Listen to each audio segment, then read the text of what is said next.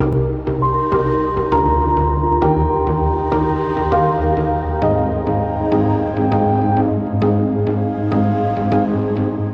Variety, celebrating more than 118 years covering the business of entertainment, this is the Award Circuit Podcast. Tony Shalhoub's famed character Monk is in a dark place when we revisit him in the TV movie Mr. Monk's Last Case, and even contemplating ending his life.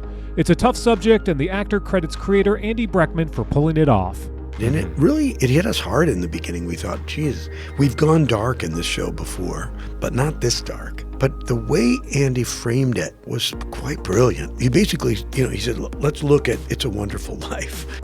I'm Michael Schneider, and on this episode of the award-winning Variety Award Circuit Podcast, we talk to Mr. Monk's Last Case star Tony Shalhoub about bringing back his famous character. Also on this episode, we chat with True Detective Night Country star Kali Reis. It's all next on this edition of the Variety Award Circuit Podcast. Stay close.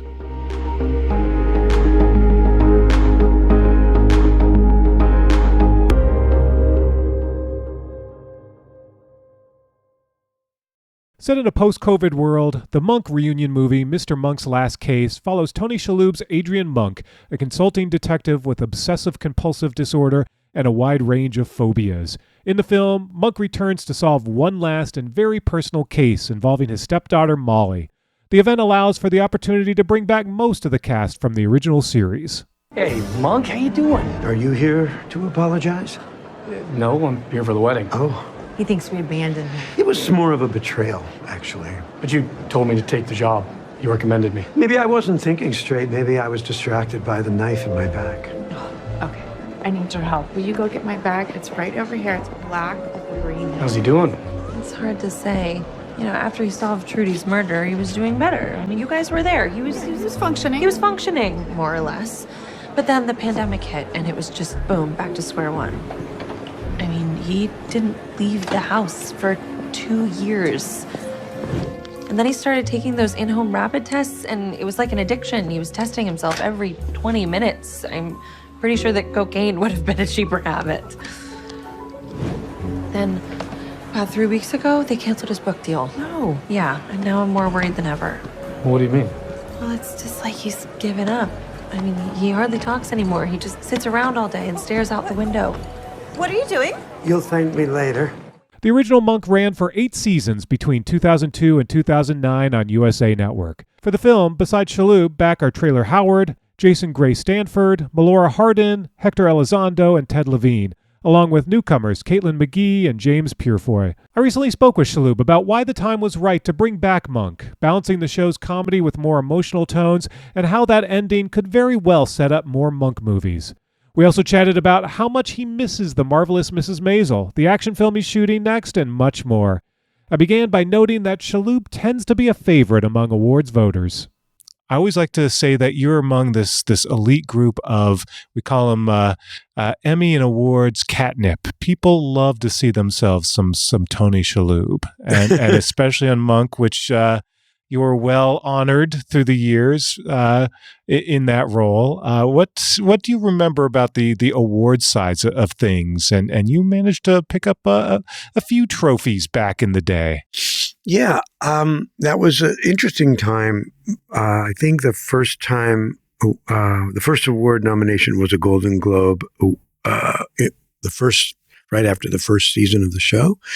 And it was surprising because, USA Network, was not really known for original series, and they weren't necessarily in the awards arena. And I certainly wasn't familiar with that arena. Maybe I had been nominated, I think, once for a Tony Award years ago when I lived in New York, but not on the TV and film side. So it was kind of startling, and we were just amazed that people actually were recognizing the show and had even heard of the network, and then we were off to the races. Yeah, and then it was you were a little bit in a streak for a period of time. Yes, well, the show, I was nominated actually for an Emmy, all 8 seasons. Yeah, strangely enough, and then I was also nominated for Screen Actors Guild Awards and Golden Globes maybe once or twice. And the show was nominated for Golden Globe, and as was Biddy Schramm, the second season. So, yeah, it was just great. It was just great to have because those things, I don't know if people know, but especially for new shows, really does help to put you on the map. Yeah, and it absolutely did. And it kind of created this whole new genre of that blue sky cable drama, which really was a monster in the 2000s. Right. Well, at the time we started, USA was in the process of kind of reimagining their network and rebranding themselves, basically. And we were part of that whole, characters welcome kind of became their slogan. And, we made, we brought quirky back, I think. Well, and also, people use that term blue sky a lot, that, there's a mystery, there's a murder, there's some dark elements to a show that then also has a lot of humor and just is a lot of fun and, is a joy to watch. Right. And it also, blue sky, I think, also translates into, being shows that are suitable for, across different demographics, families can watch it together, grandparents watch it with their grandchildren, that kind of thing. It isn't just geared to to an adult audience or to a younger demographic. Kind of covers all the bases. Yeah, yeah. What do you remember from those days when Monk sort of really took off and you were kind of everywhere for a period of time there? As opposed to now when I'm nowhere? Is that what you mean? You've always been everywhere. Because I was going to say, one of the reasons why we call you Awards Catnip is that it's not just Monk. I mean, obviously with Maisel and with your other projects as well, you're consistently in the conversation, which, as a working actor, this is what you want, right? This is the dream. This is the ideal, that it's not just one thing. You're not just Adrian Monk. You are a number of characters in a number of shows. Yeah, that was always the goal that I had since I really started, because there's so many potential landmines along the way. With the large success of a television show or a specific kind of television character, there's always that danger or the risk that, okay, well, that is the character identified with forever. Yeah, everyone comes up to you in the street and says, Monk, Monk. Yeah, and so those images, I mean, that even happened prior to Monk when I had done Wings, the sitcom Wings in the 90s. And even though I was a secondary character at best, I became identified with that, the Italian cab driver on Nantucket thing, which was great. I mean, it was a great show, a great group of writers and actors to have had the privilege to work with. But also, it did, I started to feel like, oh my God, now is this going to be it? Is this going to be the one thing I'm recognized for? One thing it becomes my legacy? And then, Monk, you do other projects, whether it's film or theater, whatever it is. And then something like Monk comes along and unravels the Wings kind of image, and then a new image is created. And then there you are again. Well, now maybe it's just Monk for the rest of my life, as pertains to what I'm identified with. And then, very fortunately, Maisel came along, and it's every decade it's a new Tony Shalhoub. It's kind of nice to. Speaking of Wings, by the way, I sometimes feel like Wings gets the short shrift when it comes to people talking about must-see TV and the classic shows of that era. You ever when's the Wings renaissance happening? Oh boy, yeah. That we get asked that a lot. Yeah, that was a show that really did. It's funny because, that was a show that wasn't necessarily in the awards arena. It was it was very popular across the country and had great ratings, but somehow it seemed to be missing. It didn't have that sort of cachet in the industry, in Hollywood. Even though NBC really, nurtured it and loved it and took care of it, it got overshadowed by certain other things at the time. But it was, for me, it was a fantastic period, and I still keep in touch with those people. And we lost a couple. We lost David Schramm, who played Roy, and Farrah Forkey. But you do passed away. You guys keep in touch, though? Is there still in fact, I was just emailing with Tim Daly because he's doing a play off Broadway in New York, and was inviting me to come to the opening. And Weber, we keep in touch. Amy Asbeck. That's cool. That's cool. Like, I can't believe it's been 30 years, but I'm sure you're mistaken. I feel like I should be. I feel like I totally should be.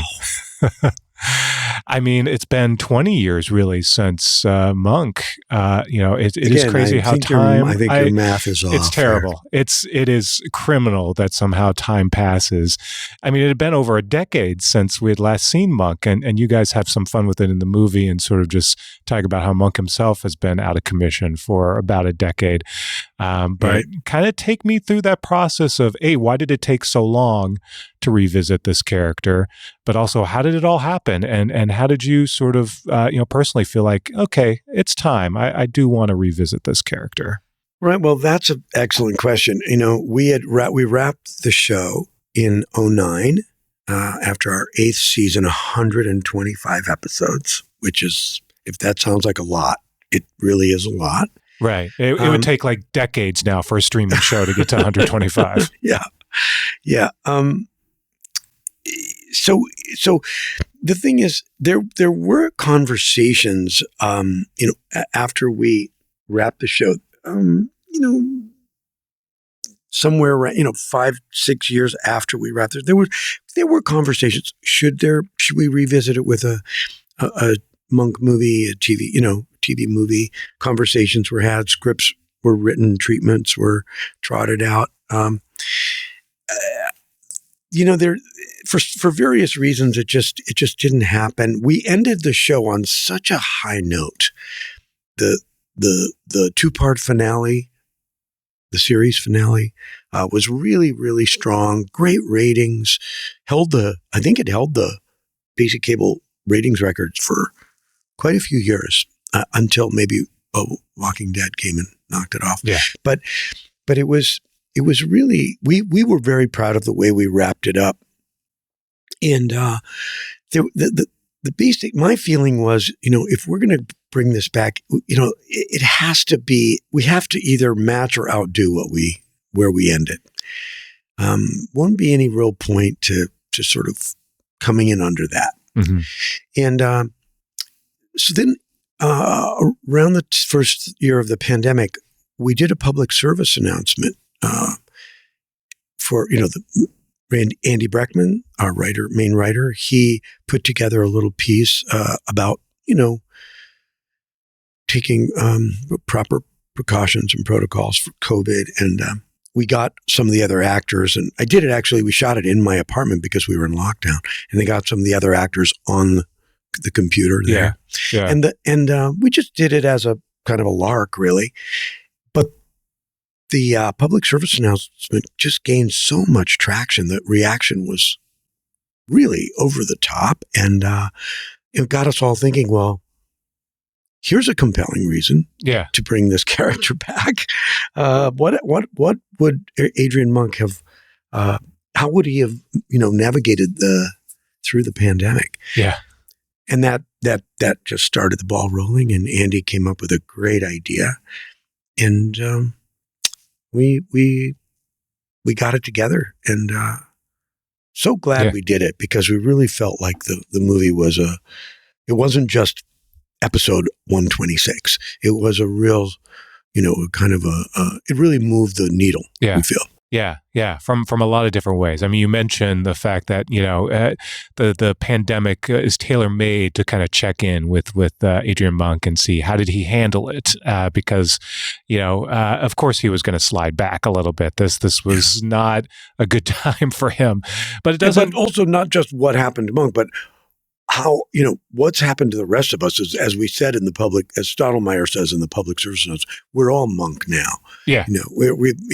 Adrian does not look quite so neurotic and quite so nutty now. Right. He was ahead of the curve. He was, if anything. He's microwaving his mail, but who isn't? Yeah. Yeah. No, and he has his own hand sanitizer stand to trot along with him. Love that.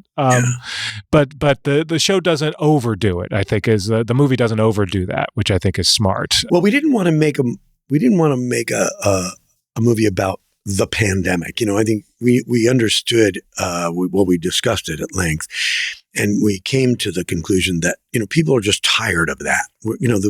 It's been kind of illustrated in other TV series since the pandemic. I mean, it's everywhere, and that's enough. But what we decided was to really focus on the aftermath of the pandemic and how long is the tail of that for Monk and for the people around him. Yeah. And honestly, Monk's not in a good place. Talk a little bit about that. And honestly, he's, some dark thoughts that he's considering and kind of plotting in his own life. I think it's handled very well in sort of, how he's sort of struggling, but not, not putting that on anyone else. He's sort of quietly struggling and sort of alone, but not alone. There's a lot going on with him along with these other characters. Right. Well, at this point, we find Monk is really in a dark place. He's in a deep hole. He's not really working that much anymore. Work was kind of his lifeline. As hard as things became for Monk at any given time, his work would, kind of refocus him and distract him from his own, just despair and self-loathing. And now we find him, he's not really been working that much. Natalie's moved away, and his team is not really close by. And, he's kind of lost it. He's lost his purpose. And Andy presented this idea that, Monk was entertaining thoughts of suicide. And it hit us hard in the beginning. We thought, geez, we've gone dark in this show before, but not this dark. And but the way Andy framed it was quite brilliant, because he basically talked about, he said, let's look at It's a Wonderful Life. Here's this classic American, life affirming Christmas story about that. And the premise of it is that a guy's going to jump off a bridge and off himself, and all of a sudden when he framed it that way, it really, really made sense. Combine that with the research we had been doing about current. Since the pandemic, but even a year or so before, uptick in suicides especially among American men, especially men of a certain age, right, middle age and older, and all of a sudden it started to become very, it's a real problem. We're not just grabbing ideas out of the air. It's out there. And we kept saying, as long as we can do this, in a kind of subtle way and keep the what the show is known for, that the other side, the comedic side, keep that alive, then I think we can recapture the balance.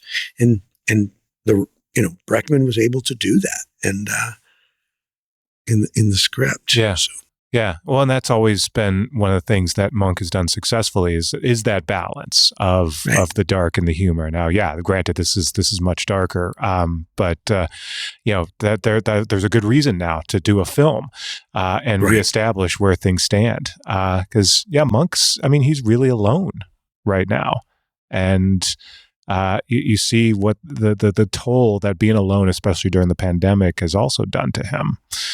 I think it's illustrated really beautifully and humorously when they're at the dog. He and Natalie have to go to this dog shelter, and they see this dog that's about to be put down Mm-hmm. because no one will adopt him. And Monk, the dog looks like Monk. He's got curly hair, and Monk looks at him and says, he's had enough. He's ready. Yeah. And he's relating to this animal. It's just like we'd really be doing him a favor. So Yeah. it's a dark hole. Yeah. Yeah. But he has purpose in solving a crime, in solving a murder, and kind of that gives him a little bit of a new direction and purpose. And coincidentally, we kind of live in an era where the new villain seems to be these terrible, egocentric billionaires who are taking over this country. Rocket men. Yes, that's right. And so you guys have your own sort of Elon Musk-esque villain to sort of take down, which gives also kind of a humorous but yet dark element to the show. So what did you think of that side of things, and the scary nature of some of these guys who have more money than they ever know what to do with, and don't always use it for good? Yeah. That it also just speaks to even people who aren't billionaires, and it speaks to the idea of entitlement and people feeling like they're just above everything. They're not accountable. Their moral code is completely compromised by their power and wealth and position. So yeah, it's a sort of it's a nod to all of that, and the tremendous wealth gap that keeps widening by the day, it seems. Yeah. At least there's sort of some comeuppance for this character, and it always feels good at least to see that on television, even if in real life it's harder to get that kind of justice. Right. And I think it going back to the idea of entitlement, and we do something. The writers did something in this version, that in this movie, that we hadn't really done in the series that I can remember, and where the killer, the villain, basically it just says, "Yeah, I did it." He says to Monk, "Come on, we both know I did it." Why kid around? Why beat around the bush here? Yeah. I mean, that's how much power and hubris he has, because he just imagines that he's untouchable. There's no way to prove it, so I can say whatever I want, and then he tries to buy. He tries to buy Monk, buy him off. Yeah. By the way, $1 billion. Yeah. I don't know what I would have done in that situation. That was some serious acting, right? That's a lot of money. Sometimes you could look the other way for that kind of money. I don't know. One of my favorite little moments from the film is when you and Hector Elizondo are crying with each other. Well, we were so lucky to get Hector back. I just, he's such a mensch. And, he's retired a couple years ago. So we really had to kind of get down on one knee and sweet talk him into coming back. We said, just come for one day. We can shoot you out in one day. And once we sent him the pages, those two scenes were so strong, I thought, so beautifully written. We convinced him to come out and do it. Yeah. But yeah, those are two of my favorite scenes in the picture, because he's just so great to work with, and he's just such a great presence. And yeah, seeing you two together, just like back and forth. I mean, that's worth the price of admission itself, just to see that scene. Let's also talk about that ending. Because that gets really emotional too. The moment where you have all of these characters in white, these victims who Monk has helped solve their crimes over the years, and there's that moment where he suddenly like has this sort of realization of what he's meant to all of these people, including his wife, and sort of starts walking and finding that new strength. And then there's that one woman who says, you haven't, like, my crime hasn't been solved yet. You need to solve my crime, which also then leads me to believe, well, okay, I feel like they're more than telegraphing that. Okay, there's going to be more. Like, not very subtle. There's got to be more coming. Well, we don't know if there's going to be more, but it definitely is Andy Breckman's, wish. I think he was signaling, the people at NBC, Peacock, as much as the audience. Yeah. But what did you think of sort of that ending and what that meant for the character and for the show? I mean, it was kind of a nice moment to kind of sum up what this character has meant to people over the years. Yeah, I hope so. We definitely wanted to go out on a positive, life-affirming note, and that was a tricky scene. On paper, it appeared to be a bit of a tricky scene. Huge, by the way. I mean, the scale of it, we haven't done anything on the show of that kind of scope. So fortunately, we got our director, Randy Zisk, who had been our producer and kind of showrunner all through seasons 2 through 8. He really figured out a beautiful way to do it, and we got all the support and the budget from the good people at Peacock to enable us to pull that off. Massive crane and a lot of background people, and so they stepped up and took care of us. I was really happy with the way that turned out. And of course, the music, Jeff Beal's music, I mean, it really does lift it and elevate it. Puts it in a sweet spot. And it's not maudlin, it's not schmaltzy, it's just incredibly moving and uplifting. So, yeah, it sounds like Andy is telegraphing to NBC Universal folks. What about you? Are you ready to revisit this again sooner rather than later? What's sort of your future like in terms of this character and this franchise? I don't, we don't know anything definite. There isn't a hard, fixed plan yet, but we all had such a great time bringing it back. I certainly wouldn't be opposed to, if it was the right time and the right idea, the right material. I guess we'll have to see. Yeah. A lot of questions of would you how soon until there'll be some sort of Maisel reunion, for example? You missed that show? I mean, it was still pretty only recent. Every second of every day. That was that was a terrific job, and 5 seasons. For me, it just didn't seem like enough. Yeah. But the TV gods do what they do, and certain decisions are made, and. That's a different situation because the way the writers ended that, they did these flash forwards, and so we know where everything ended up. Kind of hard to tell the inside stories of those, but.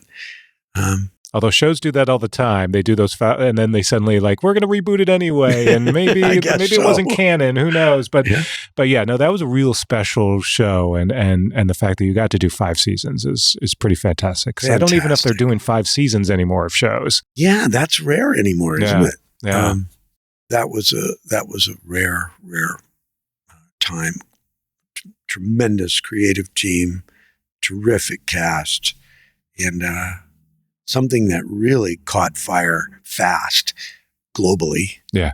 And we just had the best time. I mean, there are few creators like Amy and Dan. Like Yeah. they are forces to be reckoned with. Yeah, So now they're on to their next show. They're doing another piece for Amazon about the shoots half in Paris, half in New York, about the ballet. you going to work with them again? I mean, free trip to Paris? I don't know. If I'm just waiting for the phone to ring. That's what I'm doing. So what is next? So you're mentioning that you're shooting an action project next. Yeah, I'm going to do a project in Australia for Amazon. It's a movie for streaming. Shane Black is writer, director on, based on the Parker novels, which is a series of novels about a criminal named Parker. So I'm going to go do a few weeks on that. And then I have a off-Broadway play coming up in June. And then I'm available. Okay. So I'm making myself available. What's the play? It's a 2-character new play called What Became of Us. Really, really interesting piece, unlike anything I've ever read. So looking forward to kind of solving all the mysteries of that one. Yeah. So this summer. Yeah. All right.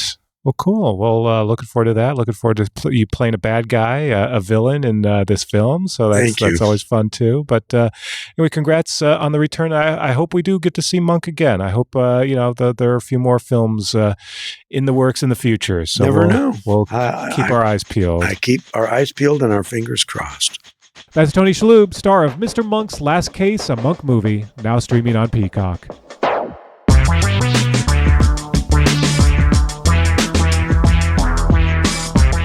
After the break, we talk to True Detective Night Country star Kali Reis.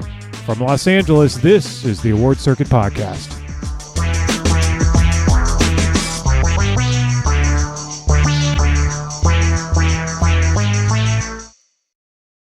And we're back. It's the Variety Award Circuit Podcast, and I'm Michael Schneider. The leading role in a season of True Detective has traditionally been reserved for established stars, but for Kali Reis, it's only her third time in front of a camera. The veteran boxer first turned to acting for the 2021 thriller Catch the Fair One, for which she also shared story credit. On True Detective Night Country, from Issa Lopez, Reis plays Evangeline Navarro, a half-Dominican state trooper in Ennis, a fictional town in rural northern Alaska. After losing her mother at an early age, Navarro is somewhat estranged from her native heritage. The disappearance of the scientists at a local research station reunites Navarro with her former partner Liz Danvers, the Ennis police chief played by Jodie Foster. The case also rekindles Navarro's obsession with the unsolved murder of a local midwife and activist. As Navarro and Danvers investigate, Navarro is plagued by hallucinations and flashbacks to her time serving in combat overseas. The same breaks from reality haunting her younger sister, Julia. What do you want? It's been 6 years. Why are you here? Because you both know what really happened. And you need my help. I've seen that before. Years ago. Fine. I'm just gonna do this one thing. Work together to close this case, and that's it for the two of us. It is. So, you want in or what? Burnt eyeballs, self-inflicted wounds. Those men died before they froze. What the? Get out of here, now! You okay? She's not good with people she cares about. What are we missing here? With someone out there on the ice with him? The Night Country. It takes us one by one. This isn't gonna be good. I recently met up with Reis to talk about all things True Detective Night Country, including her interpretation of the ending and whether she thinks Navarro is still alive. I began by noting her trailblazing status as the first ever person to appear on HBO first as a boxer and then as the star of an HBO original. Yeah, I mean, being the first female fight on HBO in 2018, when, they had boxing airing for 45 years, and that was the first female bout, and then to be, a lead on one of the hottest shows is I don't think that's ever been done before, so I'm definitely happy and proud for that. It's kind of crazy. Yeah. So what was that like, having that first fight, that HBO fight back in the day? Was that 2018? 2018, May of 2018. You know what's funny about that fight? We weren't supposed to be an aired fight. One of the other bouts had fallen out, and they called my manager and asked if it was okay. I don't know. If they were thinking about pushing it up to a televised fight, the first televised fight of the night. I was like, absolutely. And it just kind of happened that way. And it's a huge thing for women's boxing, because that was the first major network that was really pushing women's boxing or showcasing women's boxing that hadn't before. And there had been other platforms that had put women's boxing, but being HBO boxing, everybody knows HBO That's boxing. a big deal. Yeah. It's a huge deal. So kind of, I think I would like to hope that it helped kind of push the narrative of putting more female fights on all these cards, and now we see where it's at now. It's just not a novelty sport anymore. You see at least 2, 3, or 4 fights that are female fights on each card now. If you could go back to that 2018 version of yourself, I mean, that wasn't that many years ago, and told yourself that, hey, you're going to be back on HBO again in just a couple of years, but starring in one of the biggest franchises on HBO, you'd be like, get the fuck out of here. Basically, I would be like, come on, man. But what's really great about this whole journey is that things that are so far-fetched are like not impossible. And in some part of my brain that understands that it's a possibility. And I think that's one of the many things that keeps me grinding so hard. And I would have been like, come on, man. And then like, for real though? Okay, that's now you put it in my head. Now that's a goal, you know what I mean? But to like simply put it, fathom that, it would be like that wasn't even on my radar. Acting wasn't on my radar like that. Yeah, was acting ever, even as a kid, on your radar? Did it maybe in the back of your mind, like as someone who already was in the public mind, did that ever feel like, oh, maybe that would be the next logical step? Not even like a next step. I mean, I come from a very creative family anyway, very talented family, whether it's in music, theater, art. My grandmother was in theater.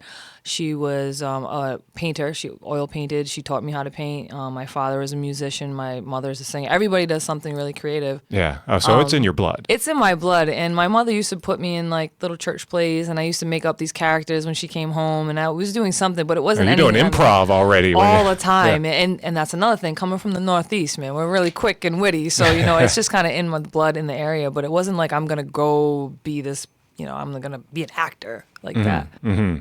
But nonetheless, it's sort of like a real serendipity that you ended up doing your first film. Talk a little bit about that. First film, Catch the Fair One. It's actually because of boxing is kind of where I got quote unquote discovered or found, because I was using my boxing platform to bring awareness to issues in the indigenous community, such as missing and murdered indigenous women, where it doesn't get mainstream attention where it should be. And I just, coming from where I come from, who I am and what I represent, just use your voice for the voiceless and fight for those who can't fight. And it was just something that it was just kind of, I wish we didn't have a hashtag MMIW, and it was just mind-boggling that the mainstream media didn't cover this. So I just used, when I had a chance to talk about it, whether it was, how do you feel about this win? Yeah, the win is great, but hey, guess what? And that's basically what I was doing. Yeah. And Joseph Kubota Vladica, the director and writer of Catch the Fair One, he just had gotten into finding out what missing and murdered indigenous women were, just like, the general public. He found out about the Highway of Tears in Canada, and he really dove into wanting to tell a story. And when he saw I was bringing awareness in it, he just wanted to, hey, have you ever thought of acting? I have this script. And I'm like, he reached out to me via Instagram. He slid in my DM. He did the classic sliding DM. And for a change, it wasn't creepy. No, it wasn't creepy, but it was along the lines of, I've heard this, hey, I'm a director of this, I had this idea for a movie. At that point, it was around 2016. So I had established myself as a fighter. And people were already approaching you about acting, about doing projects. Quote unquote, bunny ears, quote, projects. And I'm like, yeah, this is not nothing ever really amounted to anything. Everybody has these ideas, but he checked out. I was like, okay, he seems legit. Go on. And he came up to Rhode Island. He's from New York. Came up to Rhode Island. He sent me the script that he had. It was basically a bare bones script of based around missing and murdered indigenous women and what the kind of research he did do. And he's like, ever think about acting? I'm like, yeah, I thought about it, but it's like, I've never really put any kind of effort behind it. But at that point in time when he did contact me, it was right around the time where we lost one of our older brothers to brain cancer. So I was going through an interesting time in my life where boxing wasn't my outlet. And I was thinking of other things where like acting was kind of like pecking at me a little bit. And I'm like, well, if it's meant for me, it'll find me. And literally, like when I kind of really had that thought, about a week later, that's when Joseph kind of slid in my DM, and from there we kind of just. Here we are. Perfect timing. Timing. The word I keep saying serendipity, but it does feel like along the way there's some magical moments that it all makes sense. And so you went on that set, and did it just feel natural? I mean, I look at you now, and you're still a relative newbie, but it looks like you've been doing this for 20 years. I mean, you're such a pro already. So what was that like that first time on the set? You know, Joseph, and he's one of them, we call each other homie. That's my homie now. And he did his best to kind of immerse me of his experience and his time in film as a director. You know, he did know the basics of acting, but he kept telling me, yo, you got that something, you got that sauce, Kay. And I'm like, what do you mean? You're blowing smoke up my ass. What do you mean? Like, but it was something that he saw in me, and I saw him seeing that. And I'm like, okay. And the way he was explaining it, I was really relating to it in my boxing brain, in my athletic brain. I'm like, okay, there's somebody that sees things I don't see. He tells me what the goal is. Being a very empathic person and enjoying stories, being a natural storyteller and loving movies, I've always can feel what the person's feeling in those things and just being able to relate. So life be lifing, as we say. And I just took a lot of life experience with the understanding of what we were trying to do as far as telling a story, and storytelling is in my indigenous blood anyway. And I just did the best I could with the goal at hand. I knew that this context of this story behind missing and murdered indigenous people, relatives, was a very necessary story to tell.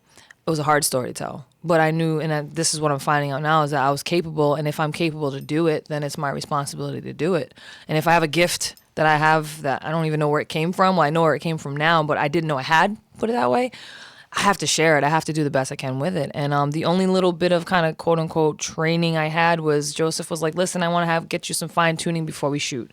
And he sent me to, which is now my acting coach still now, Sheila Gray. In New York, and I took a couple of one-on-ones and did some improv, which I absolutely loved, and she really broke it down to me as far as the emotional understanding level. I love the way she teaches, and it just clicked. And when I showed up on set, it was like, okay, this is kind of what you do. This is your mark. This is the goal. These are your lines. Like, let's tell this story. And it kind of just fell into, it was natural. It was natural. Is there anything that you pulled through the years of, when you train for a fight or you prep for a fight that can be used in training for film and sort of the regimen? Or how would you kind of compare sort of planning for both sort of big moments in your life? So with boxing, you can hit the bag for 3 months. You can do the pads, you can spar, but until that bell actually rings, you don't really know what you're getting into.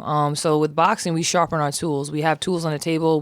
At least with me, we make sure we know who we're fighting, get a game plan, and really practice that game plan. And worst case scenario, best case scenario, what are the tools? And just so when the bell rings, I have all the tools. If I need to switch, if I need to listen to my corner, they see what I need to, what I don't see, and they give me all this information to be able to apply in that fight. The biggest thing is being present. You have to be present. I can't think about the previous round or the round that might come up, and I have to be able to react off my opponent at all times, and set the pace and kind of just work. It's kind of this little dance that you have to do. And the biggest thing is that ability to channel 100% in, all the way in, because you can't hesitate with boxing. You have to be there. And then also when the bell rings, I channel all the way out. I'm back to Kaylee. The bell rings, I'm KO. I'm ready to get the job done, to kill, to fight this person. They're trying to do the same thing with me. Then when the bell rings, I'm completely back to myself. So the same thing with acting. I'm finding that I like to be immersed in things, and I need to know exactly what my character is. Backstory. I love making up backstories, but that ability to channel all the way in when they say action, and I'm that character, and then the ability to pull myself all the way out gives me the freedom to explore the character to its entirety for that specific project I'm doing. Yeah. No, and it almost feels too cliche to compare the two, but nonetheless, you can't help but think about, your sparring partner is Jodie fucking Foster. I mean, that's insane. Yeah. So how did Issa Lopez, how did you two kind of connect? How did she learn about you? Was it just through traditional casting? Had she known about you? How did this all kind of come together for True Detective? First things first, nothing about anything is traditional with me. Yeah. It's just things happen. So As you said, serendipitous, and they happen exactly how they need to happen for me. So, the casting director who was doing True Detective, I didn't even know there was a True Detective 4, but Francine Maisler, she was working on True Detective, and she saw Catch the Fair One, and she absolutely fell in love with me. So when Issa made the conscious decision to make Navarro part of the indigenous Inupiaq community, they started their search for indigenous actor that could play this character, and Francine was like, just showed her a picture of me and then told her to watch the movie. And from there, she wanted to just talk to me and get to know my quote unquote process was I have, I guess, the KO way, but it's not a quote unquote process, but just basically get to know me and tell me a bit about what she was thinking about for this character. I still didn't know it was True Detective. I got to know her, talk to her about her previous work. And she told me about Navarro and how this whole thing was kind of, what her idea was, what this was. And then after the fact, I found out that it was for True Detective 4. And I was like, oh my God, they're coming out with a season. Yeah. And from there, I did do a traditional audition. And I wrote in my notebook that I was going to get the part. And I'm like, this is kind of a long shot, but I mean, it'd be kind of cool if I get it. And then I got the call. And there we are. Had you watched any True Detectives? Were you? Absolutely. Yeah, so you're kind Obsessed. of familiar with the formula and Yes. the mystery and all of that too. I watched it. I watched season 1 a lot of time. I can't even count how many times. I actually was watching it while we were shooting, just on my own because I'm a fan of like the style and everything. I'm a huge fan of the True Detective. Absolutely. Yeah, and I like how Issa said like this season is kind of a mirror of that first season, and there's sort of a lot of similarities, but obviously a lot of differences too. Absolutely. And it is its own thing, which is why it was smart, I think, to add that night country sort of tag to it as well to tell people, okay, it's True Detective, but this is a new take on True Detective. Absolutely. I think that was really smart. It sets it apart. It's like a nod to the first season, everything we loved about the first season. So that was really smart on their end. So what did you make of Navarro when you first started reading the scripts? And you said you like to sort of come up with a backstory. What did you kind of add to it that maybe wasn't in the page, but you sort of felt like, no, this is what Navarro, this is who she is, this is her background, this is the trauma that sort of defines what this character is? Oh, I got all kinds of backstories, but the initial thing that I could find relatable was that she was from a Inupiaq and Dominican background. It's just she was biracial. She's not, quote unquote, not enough for either, walking in two different worlds, and that's immediately I'm like, oh, I can relate to this. Being from the Cape Verdean background and Wampanoag, being from indigenous and black background, it's like I never felt fully part of something. You can be immersed and be in a room full of people that you don't feel like they could relate to you. And it was something that I was like, okay, I know this. Mm-hmm. And it wasn't that I created Navarro, because Issa did that very well. Both Navarro and Danvers are very near and dear to her heart, and she worked really hard to put her heart and soul into creating these characters. I had to meet Navarro where she was. I had to wait for her little stubborn Scorpio ass to show me who she was, kind of a thing. But it was really fun understanding who she was at the very core and having her reveal that she's, of course, a badass, but she has such a big heart, and she is very empathic. She feels everything. And it was a switch for me to have like a character not from the first movie, but for her to have a little sister that she's like a mother to. Part of her backstory was, her father. This has to do with my husband too, because he helps me a lot making these backstories. So her father, I can tell you that her father's name was Pepe Navarro, and he was a mechanic, and he was from the Northeast, and he met her mother. And that's kind of how that story went. And there's an entire, you can make a backstory, you can make a whole series of Navarro's backstory, but you got a prequel in your head. Oh yeah, I got a prequel, but it was really important for me to understand where Navarro pulls her strength from, where she has her trauma, what happened when, even dates. It was really interesting, and she's an ex-Marine. She chose to go to the military because of her sister, because it was the quickest accessible thing that she could do where she was, and she just wanted to be, she's a natural protector. She's a woman who craves justice for what's right. May not look right on paper, might not be quote-unquote protocol, but she is very instinctual. She has instincts, and she feels everything. So it was really, and it wasn't like I had Navarro before we, like, complete when we started shooting. It's like I had who she was, and then what Jodie brought to with Danvers, and then as we were creating the story, even how she played out, well, like you see how like vulnerable she is, and how that is her strength, and that was something I related to a lot too. So it was fun, to work with Navarro and play Navarro, but it was stressful. It was cathartic. It was very deep. And the fact that she has such a tie to the spiritual and she's trying to run away from that, but she has to walk in reality and spiritual. And there's a lot there. She's a little onion. She's a little onion you just got to peel away. No, absolutely, and yeah, I do love the tender moments because yeah, you're right. The moments with her sister, and then also with the love interest, the character's name I'm forgetting now. Yeah, Yep. at the sandwich shop, and I love those moments too, where you see it just a completely different side of Navarro. Absolutely. But most importantly, that relationship with Danvers. Yes. And to some degree, I mean, they're so much alike. And that's why they just like, I mean, what did you make of kind of that relationship between the two of them, and you know how, you know, this uneasy partnership that we see evolve over the series? It's your typical, not typical, like sister, partner, love story. Like they have a deep connection with each other, and that's the people that know you the best and are connected to the deepest are the ones that can poke you and aggravate the shit out of you the most. And I think they have such a respect for one another. They respect each other's trauma for sure, and they're definitely mirrors for one another. Yeah. You know, whereas Navarro might not be on the more empathic, spiritual side of feeling how things are, an intuitive side. Danvers is very practical. That doesn't take away from Navarro's very mission-oriented, very practical, 10 steps ahead planning, very militant type of style that she has and the way she is. But I was really happy to see how they could bring the best out of each other and they could bring the worst out of each other. They know where to poke. They allow each other to push a little further than anybody else, and just discovering how deep that was. Because at the end of the day, if Navarro and Danvers didn't talk to each other for years, but one of them was in a foxhole, no hesitation. That's how you know the deepest, realest connections are. And it was one of those things where sometimes you have these connections with people that you need to be away from for a little bit. They need some space. You need to let each other breathe. And that's where I think you get to find the growth between them.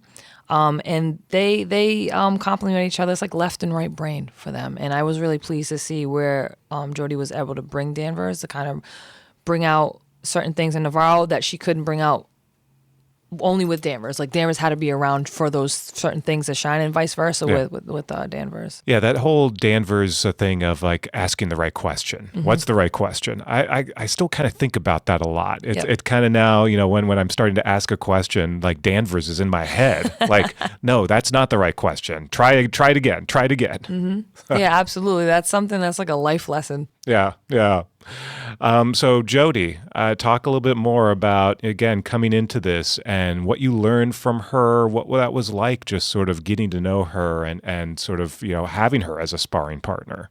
Oh man, I always compare it to like, I've used Mike Tyson many times, but like another legend would be like being able to train with Marvin Hagler in his prime. Like that, there's no better person that I could have learned from being this early on and kind of just being surrounded by like greatness, and not just even, we know she's talented, but she's just an amazing human.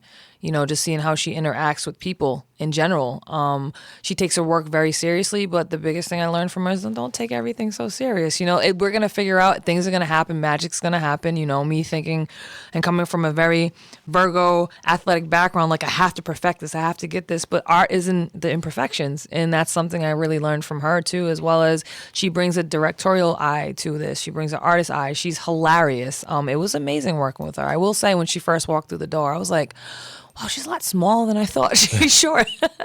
And that's, you know, I think people forget sometimes because, you know, you were dealing with a lot of dark issues on True Detective, but there are some funny moments on this show too. And, you know, that sort of, I think is, you know, what allows you guys to then also go to these dark places is there's some relief too. Yeah, I mean, all we did was laugh when the camera wasn't rolling. Even when the camera was rolling, I don't think we realized how funny these moments were, really. And it was definitely needed. You have to have that contrast. You can't be so immersed in the darkness and having to tell a story. You have to take yourself back from it. So it was really important. I mean, even learning about fantasy football from her, because that was a real thing that she does fantasy football outside of being Danvers. So it was like really, it was needed. Definitely needed.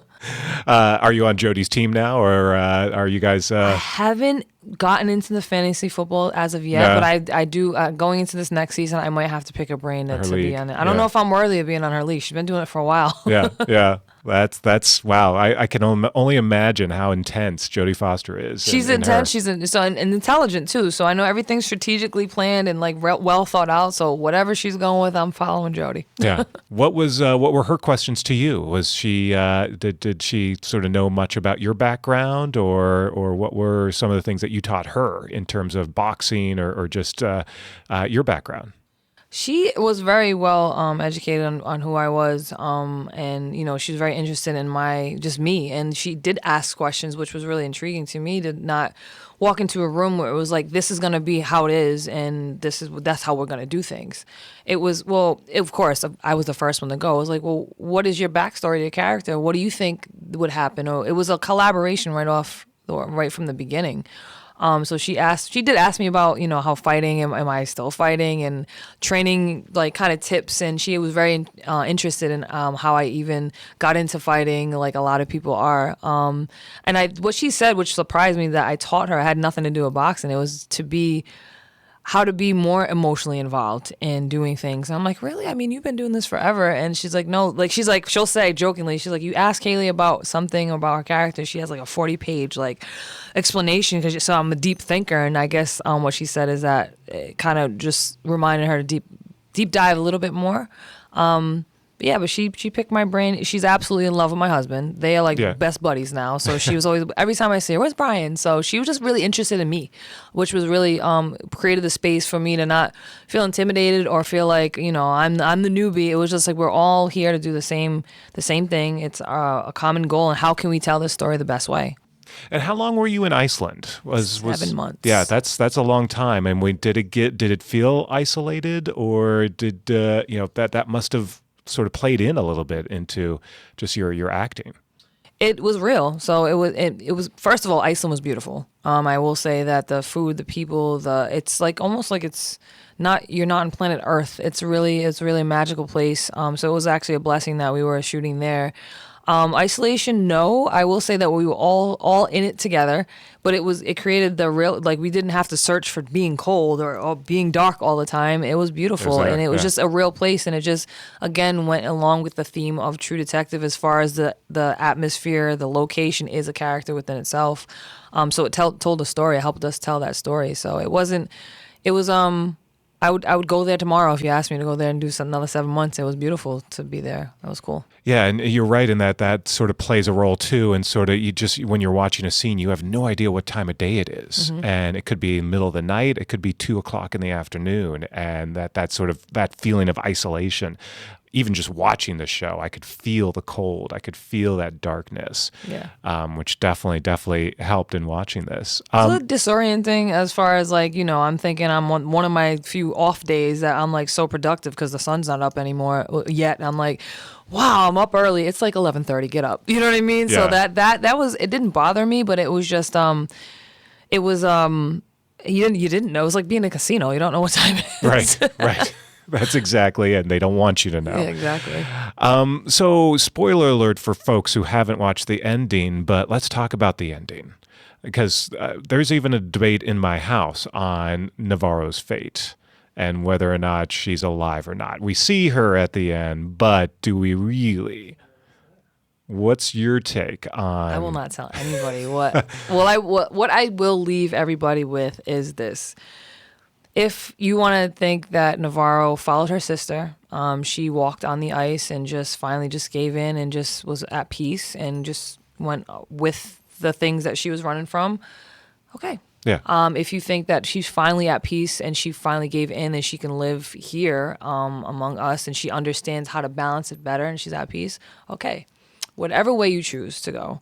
I will say that the first and probably only person she would come to see, whether she's here or not, it would be Danvers. Yeah. So it's your choice, Yeah. whatever you decide to choose. But I have my own theory. I haven't told anybody. You're still going to keep that Sealed. Sealed? Fort Knox, bro. I ain't saying a word.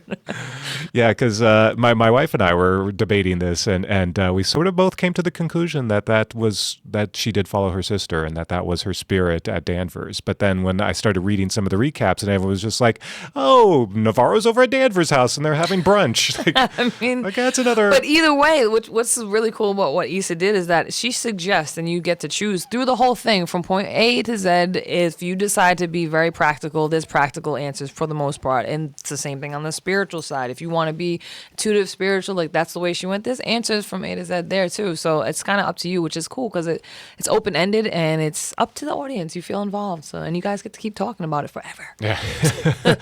And then the tongue. Do you have a similar theory on how the tongue reappeared, Annie K's tongue? And because that's also left a little hanging. I do, and I will tell y'all to watch it again because there are answers if you pay attention. It's one of those things you got to watch a few times. Just pay attention, and you'll probably get a better answer from the tongue. Yeah. Yeah, I ain't saying nothing. What are people? I assume people are asking you some of these questions, but what else? What are some of the other burning questions that you hear from fans, from people who come up to you maybe on the street and ask you about the show? Oh, they want to see or they want to know if Navarro and Kavik, if Navarro's alive, do Navarro and Kavik get together? Does she come back? Well, she gives the toothbrush back. She gave the toothbrush, yes, yeah. but they ask me that SpongeBob. all the time. Yeah. People stand that relationship. Yes. Everybody wants to see like a Kavik and Navarro spinoff, but for the most part, it's the tongue and absolutely is Navarro dead or not? That's what people ask me. That's the most common. Mm-hmm. And then you tell them, sorry, I'm not telling you. I'm not telling you. And then people are like, They go, I'm like, but if I told you, it would ruin it. So like, it's kind of cool that I don't tell you. And I think you're right. Everyone has a different answer. I mean, I'm sure Issa has her own. I mean, have you talked to Issa about this? Have you had the definitive conversation? I've had the conversation with her as far as what her intentions were and what she has. And that's mine Issa's conversation. I'm not saying a word. And that's her choice as well. Yes. So let me ask you, some of the reaction has been a little tougher online, especially, including from the original creator of the show. How, and I know you've sort of, responded to it in the past. Talk a little bit about that. Was that kind of disappointing to see Nick's response online? How are you feeling about that? Everybody's entitled to their own opinion. I'm very opinionated. I let people say what they say, and I've said exactly what I needed to say online and in interviews about it. What I won't stand for and what I usually do clap back on is the racist and sexist stuff, especially when it comes to the indigenous community that I come from.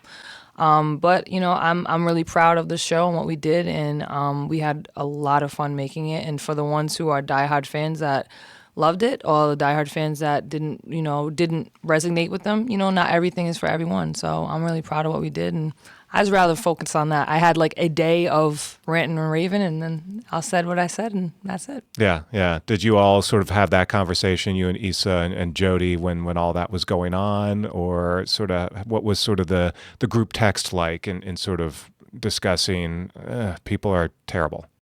There was no group text. It wasn't that big a deal. It is what it is, kind of reality wise, and we were just focusing on what we had to do for our show. I mean, there's gonna be negative and positive things when you do, but we weren't focused on that. We were just really happy to share what we made and and answer all the questions from the people that loved it. So one of the parlor games when True Detective first came out was, okay, who should the next pairings be? What stars would you like to see do this? So now that you're a part of this, the True Detective lore, what pairing would you like to see? I don't know. I'd have to marinate on that. I'd want to see maybe a Denzel and a Viola Davis, something like that, like some really good old school but really good talent, like something like along those lines, something. Yeah, maybe I don't know. I'd have to think because I've been thinking about that. Let's see who would make two good, but I'm thinking that route. Like let's give some veterans, some really good something meaty to Something go meaty. with. Yeah. And hopefully Issa's got some other ideas that she's She got marinating on. ideas upon ideas upon ideas. That woman's brain, I just want to live there for like a day. Are you two going to work together on maybe something in the future? Have you talked about anything else? Me and Jodie been like we want to work with you again. Just make something. So I would love to. I mean, as far as a director, her creatively, she's amazing, and then directorially on set, she has this ability to speak everybody's language. She knows how to get what she needs out of the story and what she wants for the scene. But she knows how to get it out of everybody in their language. She speaks everybody's language. The way she speaks to me about something, about a scene, is completely different than how she spoke to Jodie or Finn Bennett or anybody on the show. John Hawkes, Isabel. Like, she just has a certain way, and she gets what she needs out of it. And it's amazing to see her just kind of be a chameleon. And she just, like, she jokes about being a little kid and being so excited, but serious, like, she showed up to set every day and she was just, negative 15 below in her little onesie swishy suit. Like, let's go, let's tell this story. So I'd absolutely love to work with her again, for sure. Yeah, no, it was such a genius idea to put her together with True Detective and reimagine that franchise. Absolutely. So what are you excited about? What do you have on your plate next that you're looking forward to? I'm currently working on a project called Mercy. With Chris Pratt and Rebecca Ferguson. I was was casted in Wind River 2. Should be coming out, I'm not exactly sure. Also, it's an indie project called The Rebuilding Project that should be coming out pretty soon. And whatever else that the film gods have presented with me in front of me. So you were busy. I'm a little busy. Yeah. So how are you balancing the boxing with the acting now that acting has taken a lot of your time? Boxing is necessary to at least so I don't box on set. So I go to the gym for other people. No, it's one of those things where I haven't hung them up officially yet. However, I will always be in the gym. I'll always be involved in boxing, even outside of the ring, commentating, coaching. My husband's a manager. We coach fighters together. So it's just it coincides with one another. I mean, acting is taking the driver's seat right now. And the only way I'll hop back in that ring is if something makes sense. If it comes at the right time, right fighter, it may or may not happen, but I'm not forcing it. So I will always be involved in boxing, and it helps actually with this, especially the mentality and the physicality. I have an extra, a little tool in my tool belt when it comes to acting and being very physical and understanding what it takes to be the disciplined part of boxing as well. So I'll never, ever, ever get rid of boxing, even when I hang them up. Yeah. So it'll be forever in your blood. Absolutely. So. I can't. I'm a fighter and a warrior at heart, so that's always going to stick to me. That's True Detective Night Country star Kali Reis. You can catch up on episodes via Max.